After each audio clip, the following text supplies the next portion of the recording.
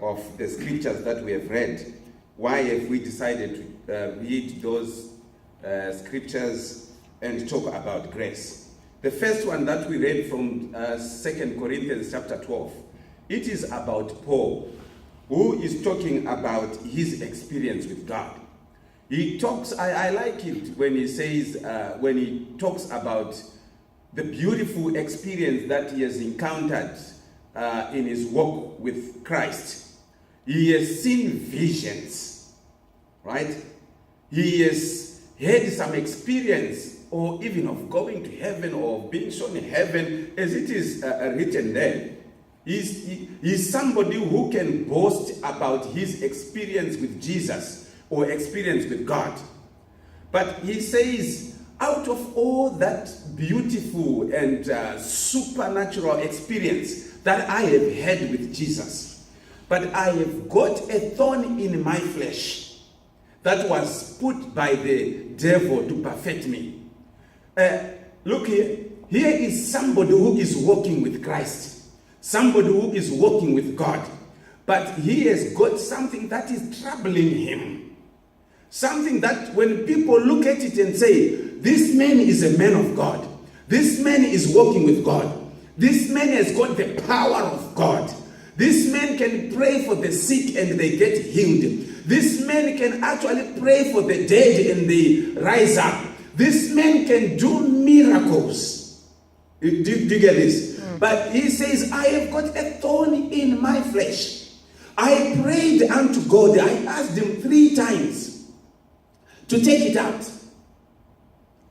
But his answer was, my grace is sufficient for you. Amen. Amen. Amen. My grace is sufficient for you. And my strength manifests in weakness. My strength manifests in weakness. Which means if you can do things, the things that I can do, I should not talk about the strength of God, but it is my strength. If I want to lift this table or this lectern, or lift anything that I feel the power within me. That's my power. But the things that I cannot do, to move this building here, from this place and relocate it to another place, that is my weakness. I can't do that. But that is where God's strength manifests. Amen. That's where God comes in. And there are things that you can do for yourself. Things like doing your garden, things like making up your room, things like cooking your food. But there are certain things like not having money for to buy a house, not having money to buy food, not having money even to pay for other things. Those are the things that you cannot do. And those are the things that we have got to trust in God. And that's when God's strength manifests. Amen. And you hear people testifying that, oh, God helped me. He really helped. Amen. Amen. But I'm talking about grace. Hallelujah. Amen. So when I talk about grace, I've talked about Paul. But I want to leave the story of Paul and go back into the Old Testament. And also talk about David and Mephibosheth. David is King David, the King David that we know. We know that when David was anointed, Saul was the king of Israel. And that did not please Saul at all. So he sought to kill David. He sought to do away with him because he was a threat to his throne, a threat to his power. So the moment he would do away with David, and then that would be fine with him. So he wanted to kill David. And somehow, David got a friend who was telling him, an informer, who was telling him what Saul was planning to do to his life. And fortunately or unfortunately, it was Saul's son called Jonathan. So Jonathan and David became good friends. But remember, Jonathan's father wanted to kill David. Jonathan's father did not like David. Jonathan's father sought always to kill David. But Jonathan's heart clung to David. Jonathan and David were good friends. So each time the father would plot to kill David, or at the table, Jonathan will rush and tell him, tonight don't come in. Don't come at the table. Tonight. And he'll go and lie to his father. Oh, David says he's going to his house, his father's house. There is this or that. Just to save his friend from being killed by his own father. Hallelujah. Amen. So now, it happened that, to fast forward, it happened that Saul's house was killed. All the people in Saul's house were killed. And David became the king. So when he came back to take over the kingship, his first question was, yes, I know Saul wanted to kill me. I know Saul didn't like me. But I had a friend in his house. I had somebody who saved me, who saved my life, that came from his house. And his name was Jonathan.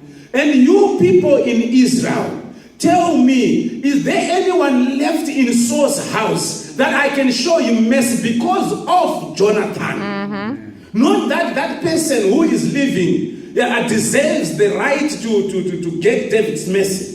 He does not deserve it at all. And even David does not even know him, either by name or by face. David doesn't know that person. But because of Jonathan, he knows Jonathan. He wants to do something for Mephibosheth.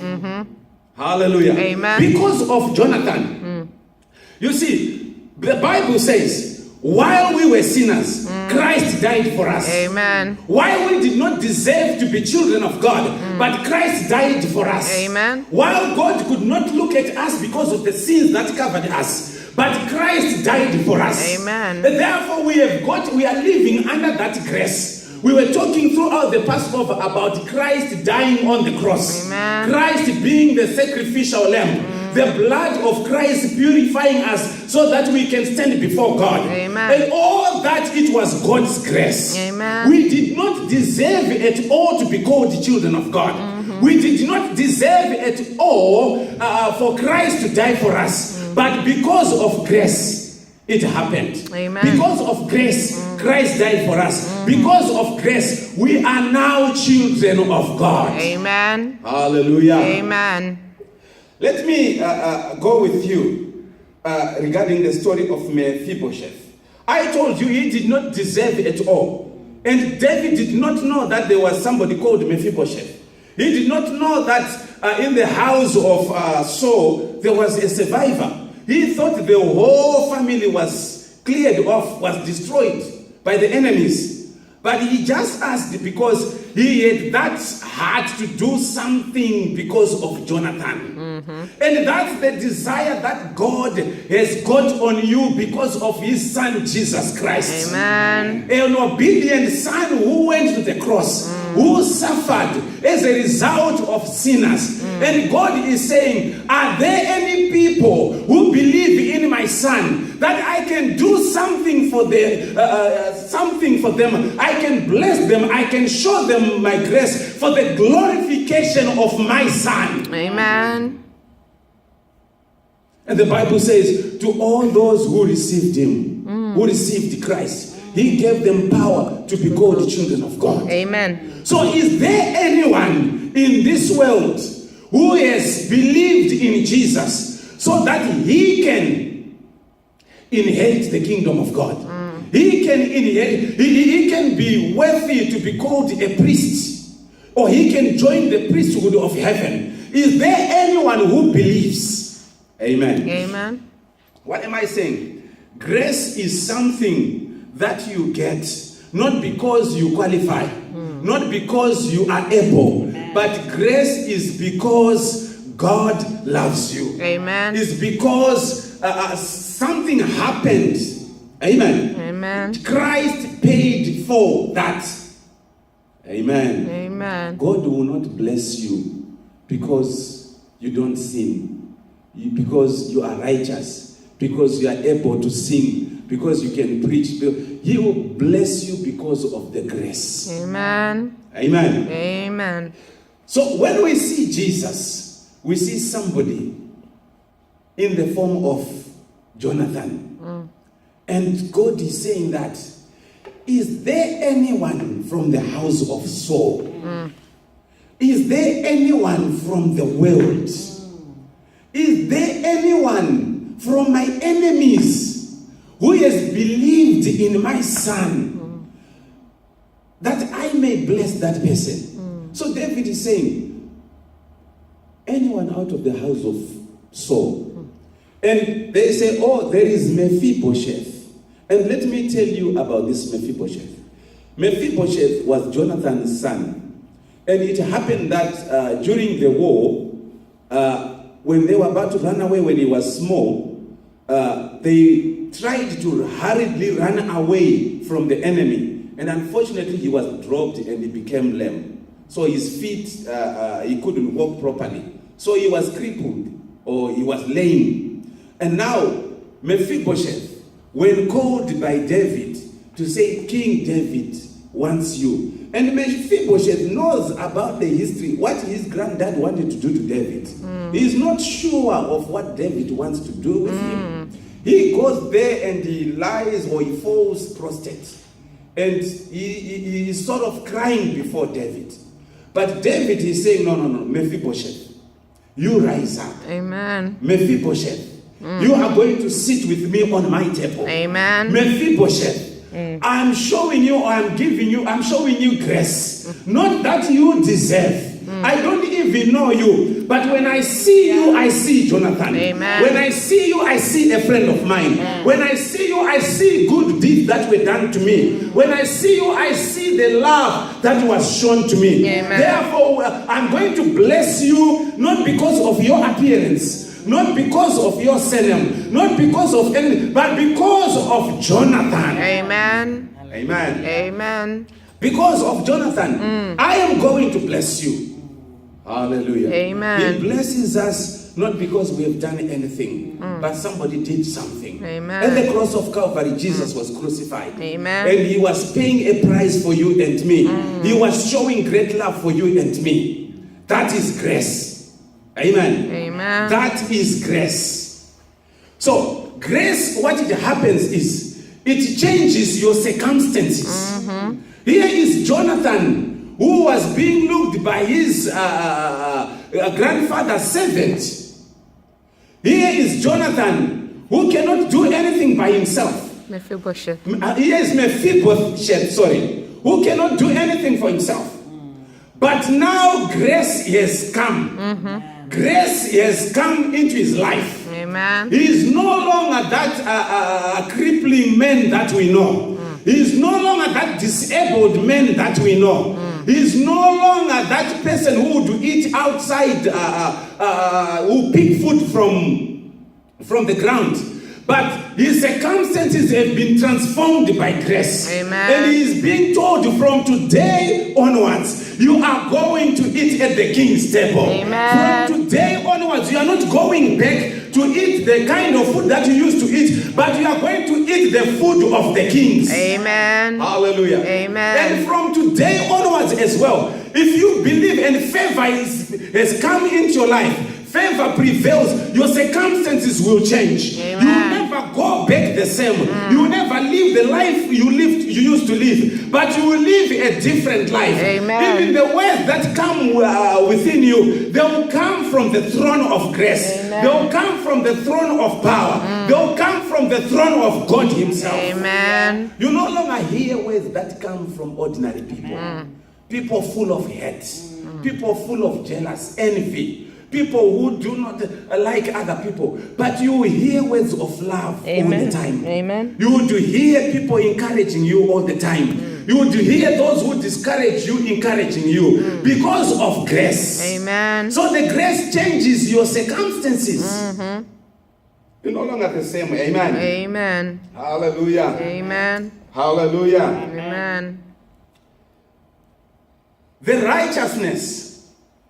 unrighteous will take the place of the righteous. The sinners will take the place of the holy ones.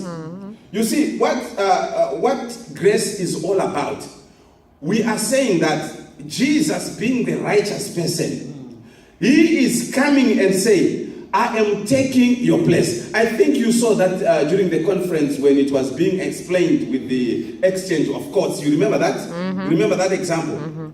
Right? When the one who is pure is taking away his purity and he gives to the sinner. And the sinner takes away his impurity or his sins and gives them to the righteous. That is what is grace. You are receiving righteousness not because you deserve. Amen. You are being called righteous not because you deserve. Amen. You are being called a child of God not that you deserve. Amen. But it is by grace. Amen. It is by God's grace that you are Amen. called a child of God. Amen. It is by God's grace that you are called a righteous person. Amen. Amen. Amen. That is how grace operates. Hallelujah. Amen. The deserving person surrenders everything to the undeserving person. Everything. You see, I am supposed to be an heir to my father's throne. But I'm saying, well, I'm prepared to give that up so that Andrew can take my place and be an heir to my father's wealth. Or I am prepared to do something so that I can be with Andrew in my father's richness, millions, palaces, or everything. Not that Andrew deserves to be in there, but because of what is within me. I love him. I want him to enjoy. I want him to be part of this. This is the exact position that Jesus found himself in. He says, yes, I'm an heir to the Father. I am an heir to the throne.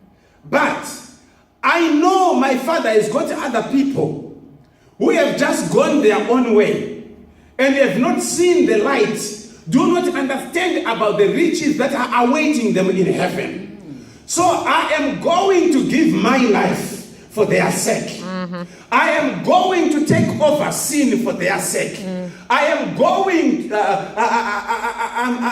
I'm going to die on the cross for their sake. I'm prepared to be a sacrificial lamb for their sake. Amen. So that they can come and be with their Father. And the Bible says, see what manner of love the Father has bestowed on us, that we should be called the children of God. Hallelujah. Amen. The world does not know this.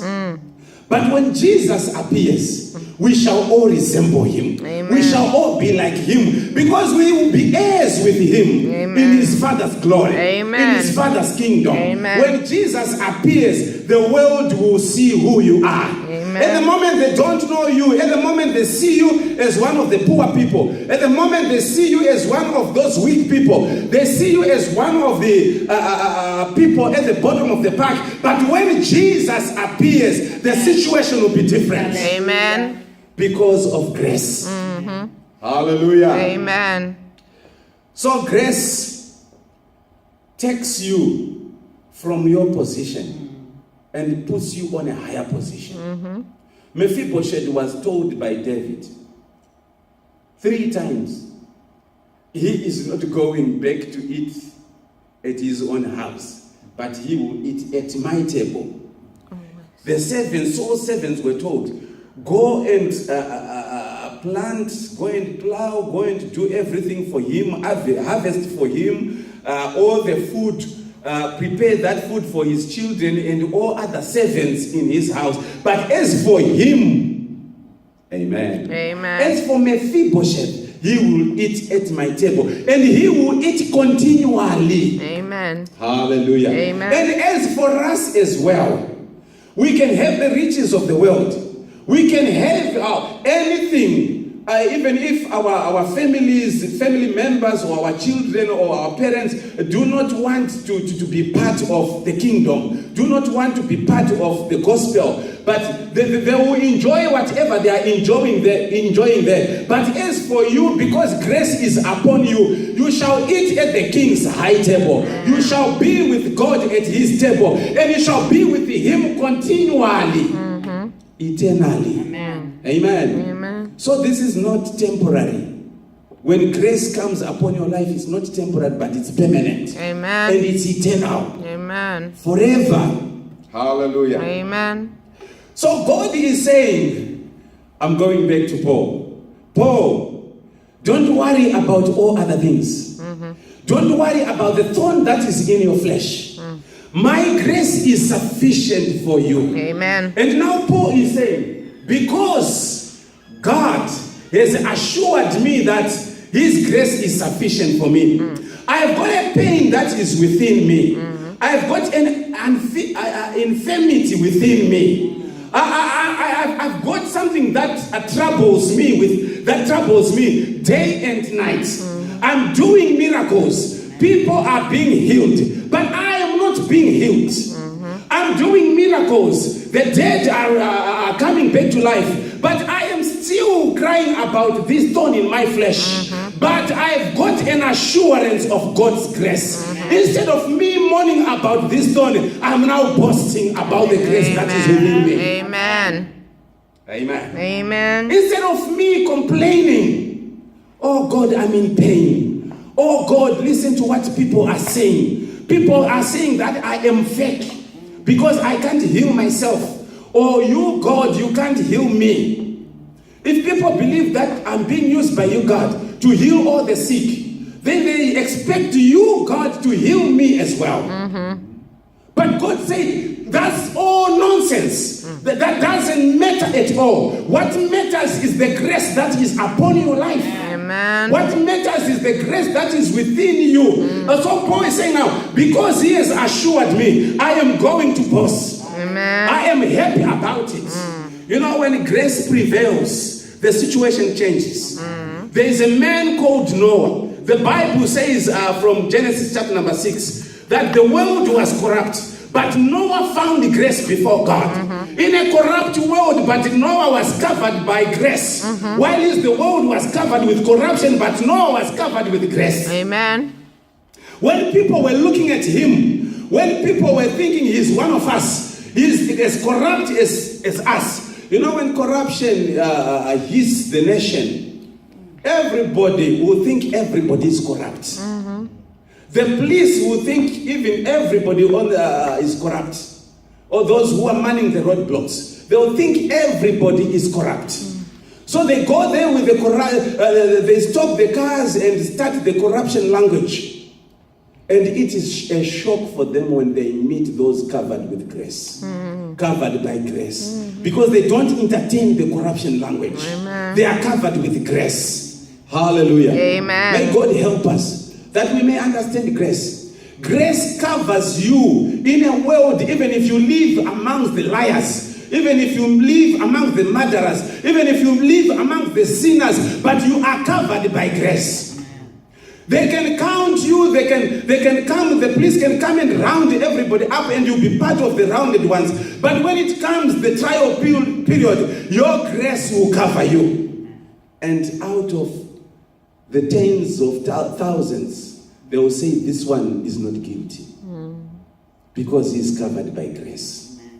Hallelujah. Amen. And even Paul now, he has found grace. And grace is a cause for celebration. Grace is a cause for you not to feel depressed. If you are depressed somehow because of the situation, but think about God's grace. Think about what God has done for you. Think about what God has done for your life. You have got a reason to smile. You have got a reason to rejoice. You have got a reason to celebrate. Hallelujah. Amen. Thank you, Jesus. Thank you, Jesus. You know, grace propels you. I said it covers you. Even if you